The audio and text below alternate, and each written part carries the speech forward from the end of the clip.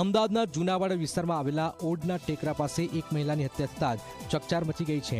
બે શખ્સો મહિલાને હત્યા કરીને ફરાર થઈ ગયા છે। રાત્રિ દરમિયાન મહિલા ઘરમાં સૂતા હતા તે સમયે બે શખ્સો આવ્યા, લાઇટ બંધ કરીને મહિલાને બહાર લઈ ગયા, હથિયારના ઘા મારીને હત્યાને અંજામ આપ્યો। જોકે માતાને બચાવવા પડેલા પુત્ર પર પણ આરોપીએ હુમલો કર્યો। આરોપી હાલમાં ફરાર છે। પોલીસે આરોપીને શોધવા તપાસ હાથ ધરી છે। પોલીસની તપાસમાં એ સામે આવ્યું છે મૃતક ફુલીબેન લોકોને વ્યાજી રૂપિયા આપતા હતા। મહિલાની હત્યાથી પરિવારજનોમાં આઘાત છે।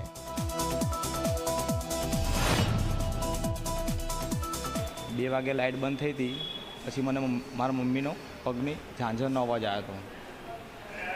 તો મને ગરમી જેવું મહેસૂસ થયો। હું બહાર જઈને જોઉં તો ખરી શું છે।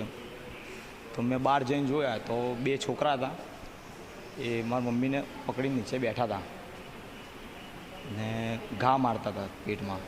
એમાં બંનેને મેં પકડીને દિવાલ તરફ લઈ ગયો ને મારા મમ્મીનું બેલેન્સ આમ પડી ગયા, પલ્લાથી મારે આમ પડી ગયા। તો મને એ લોકોએ ધક્કો મારીને છરી મારીને એ લોકો બંને ભાગી ગયા હતા।